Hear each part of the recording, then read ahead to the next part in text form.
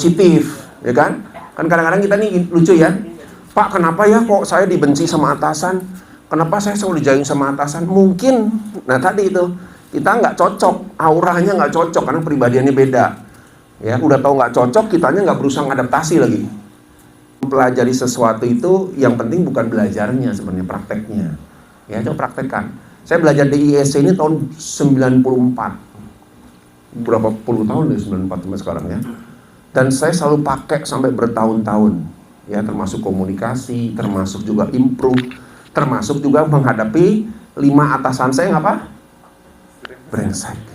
Iya, kalau nggak ada ilmu itu mungkin saya udah nggak tahu lah ya. Tapi karena saya tahu seninya, oh beliau ini begini tuh, oh yang ini begini. Jadi saya tahu mendekati orang-orang, gitu ya. Oke. Nah, saya ingin sedikit kembali ke sesi yang satu sebelum kita masuk waktu, karena ini penting sekali gitu ya. Nah, jadi kan teman-teman juga berharap kerja tuh happy, gitu kan ya. Happy nggak sih kerja? Oh, masa? Katanya stres kemarin, pusing, atasan begini, rekan kerja begini. Tanggal 27 happy ya, happy naik pada titik yang tertinggi, nanti turun lagi gitu kan ya. Oke, ya. Oke, 20.000 deh buat Mas Ridwan deh ya. Jadi kalau kita bicara kerja happy ini, sebenarnya happy itu, kita tahu dulu happy itu apa sih? Iya, betul. Happy itu bahagia, bahasa Indonesianya. Tapi happy itu apa sih bentuknya? Apakah benda yang membuat benda happy, atau mindset happy, atau apa sih, atau emosi? Perasaan ya. Nah, berarti kalau dia bentuk perasaan, bisa kita rubah-rubah nggak? Tergantung situasi. Nah, berarti happy itu tidak tergantung kepada orang lain dan apa yang kita terima. Betul ya? Situasi boleh bermasalah, gue happy ya happy aja.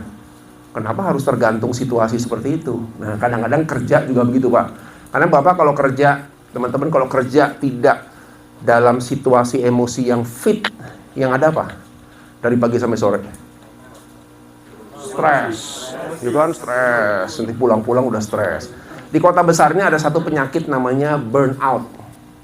Ya. Mungkin jarang didengar ya, namanya burnout. Mana spidol ya? Ada spidol Pak. Coba burnout itu singkatannya apa sih dalam bahasa Indonesia? Burn, kebakar, out. Kelelahan, oke.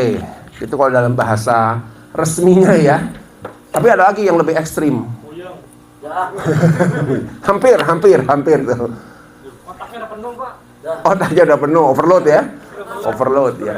Stres, tapi stres yang seperti apa? Karena stres dengan burnout beda nih. Jadi burnout itu adalah kondisi di mana secara psikologis kita sudah dalam tarafan gosong.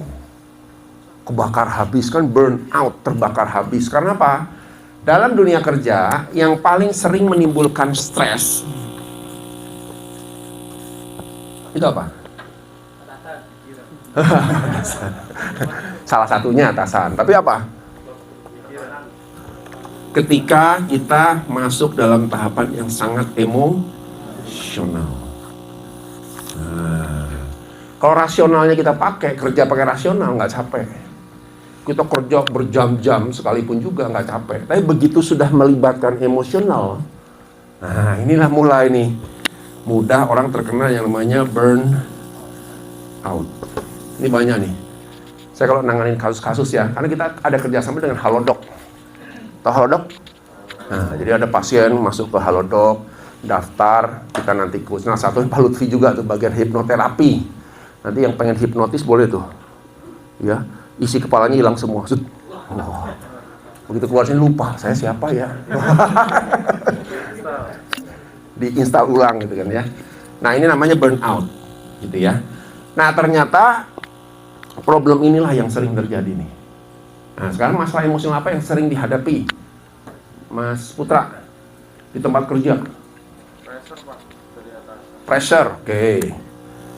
Pressure dari atasan, kembali masuk emosi kan?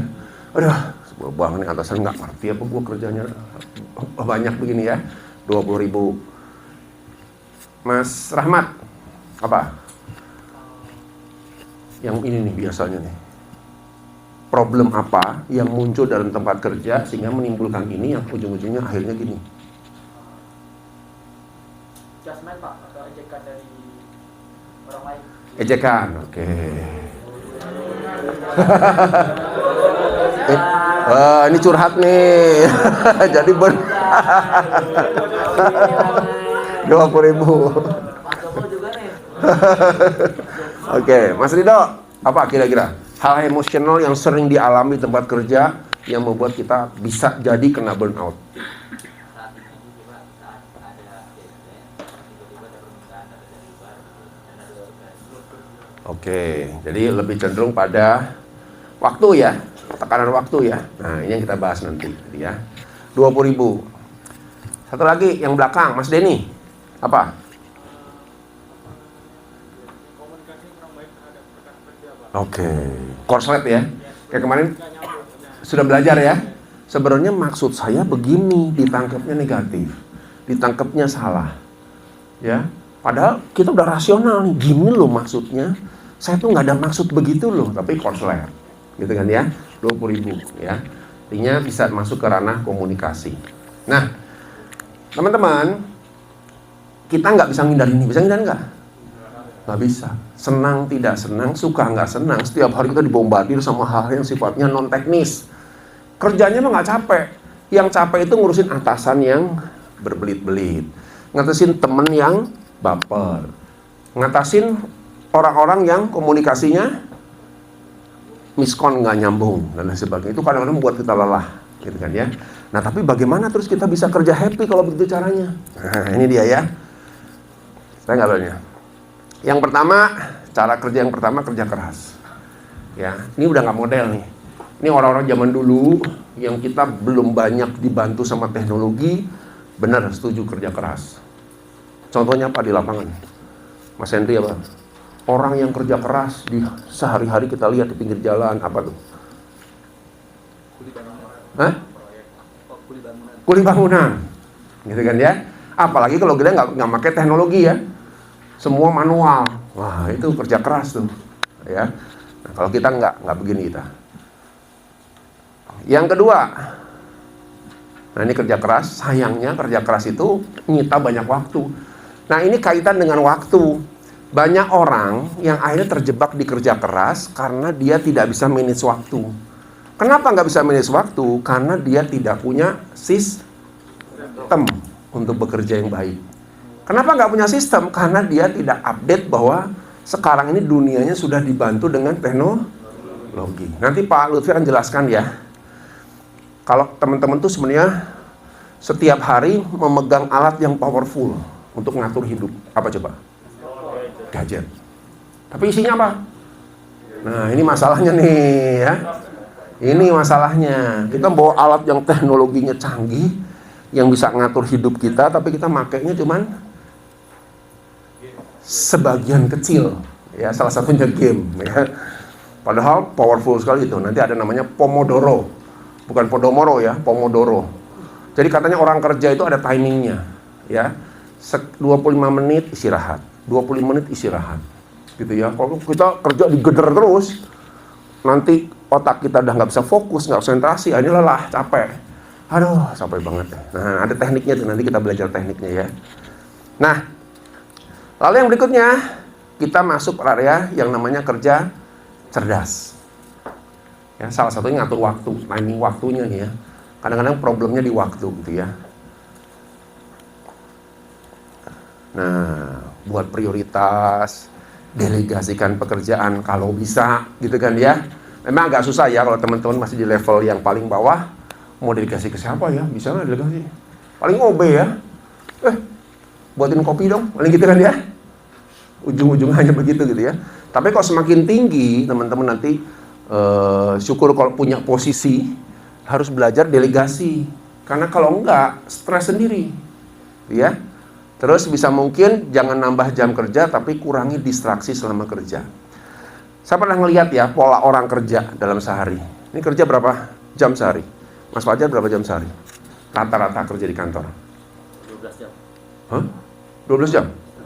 Oh, istirahatnya berarti 12 jam, masuk jam 8, pulang jam 9. Oh, jam 8 malam lagi.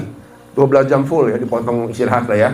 Istirahat, ada break dan lain sebagainya. Ya, sekitar 11 ya. 10,5-11 jam.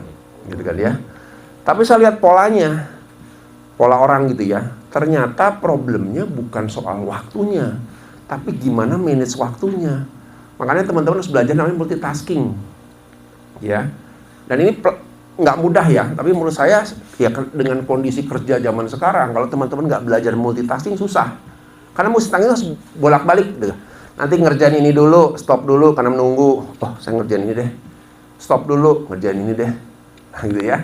Saya pernah punya operator dulu ya, bagian resepsionis tuh. Dia nelpon. Kering gitu kan ya, nelpon aja. Udah selesai. Ngetik lagi. Nelpon lagi. Terus suatu hari saya lihat dia 3 menit tuh diam aja begini. Diam aja bengong. Saya tanya, ngapain kok? Enggak. Katanya suruh tunggu, jadi saya tunggu. Gitu nunggu ini nelpon jalan nih. Emang nggak bisa pakai speaker terus dia ngerjain ini ngetik? Oh iya ya Pak ya. Nah begitu kadang-kadang tuh ya. Kadang-kadang kita hal-hal yang sederhana itu kita nggak bisa multitasking karena itu. Berpikir kalau saya nelpon ya fokus aja nelpon. Kalau ngetik ya ngetik. Nah ini nggak bisa lagi. Zamannya udah beda. Ya nanti kita pelajari tekniknya juga ya. Lalu berikutnya, nah ini yang penting ya, kerja ikhlas. Ini yang berat nggak sih kerja ikhlas? Mbak Putri berat nggak sih? Kerja ikhlas. Diomelin atasan ikhlas. Dikerjain teman-teman ikhlas. Sulit nggak ya? Susah nggak? Gimana caranya? Kerjain aja dulu gitu Pak. Heeh.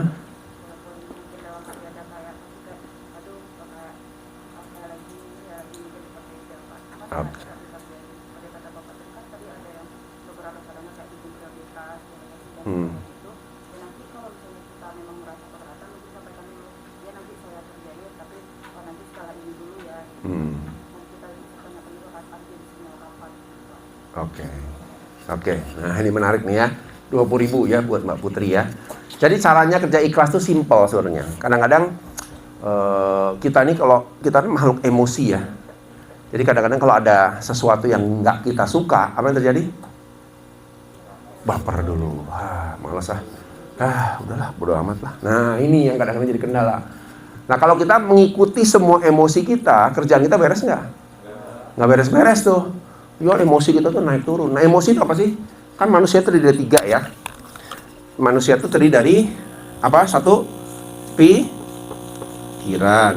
Yang kedua, emosi. Yang ketiga, tindakan. Jadi teman-teman tuh ya, sebenarnya hanya ini nih yang membuat kita, kalau saya mengevaluasi orang ya, ini orang kerjanya benar atau enggak? Ngeliat ininya, pikirannya benar enggak?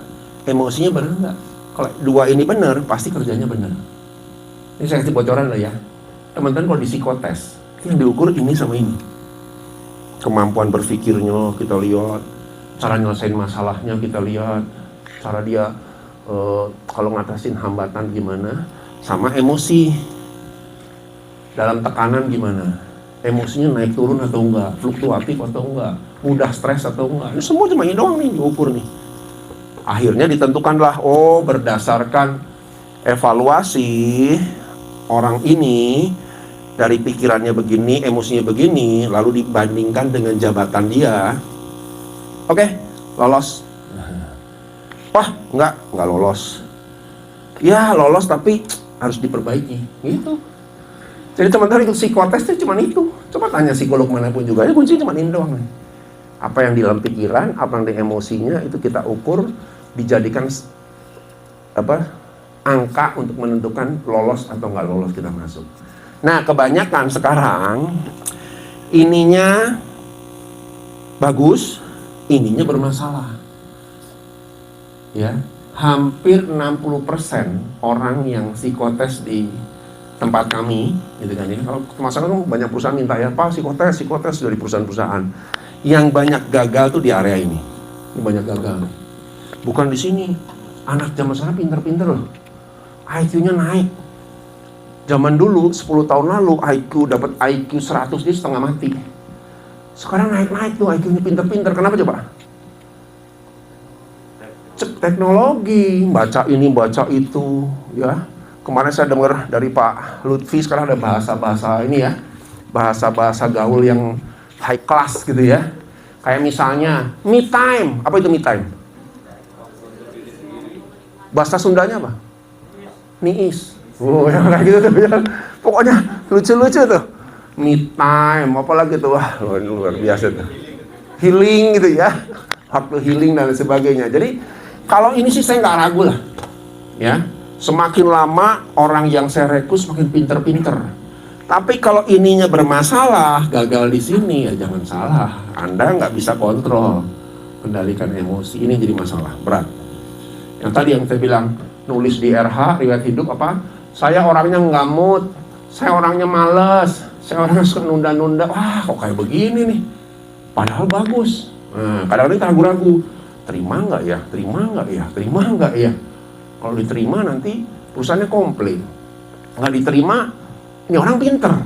Nah, itu yang jadi kendala kita kadang-kadang seperti itu ya. Nah, teman-teman kalau kita kembali tadi ya, kalau kerja ikhlas tuh kita belajarlah emosi itu jangan terlalu dijadikan patokan kita kerja. Ya kan? Karena emosi itu kalau kita ngikutin emosi, semua kerjaan kita nggak beres. Ya belajarlah, tadi saya setuju ya. Mbak Putri bilang kadang-kadang kita seperti jadi orang tuh flat.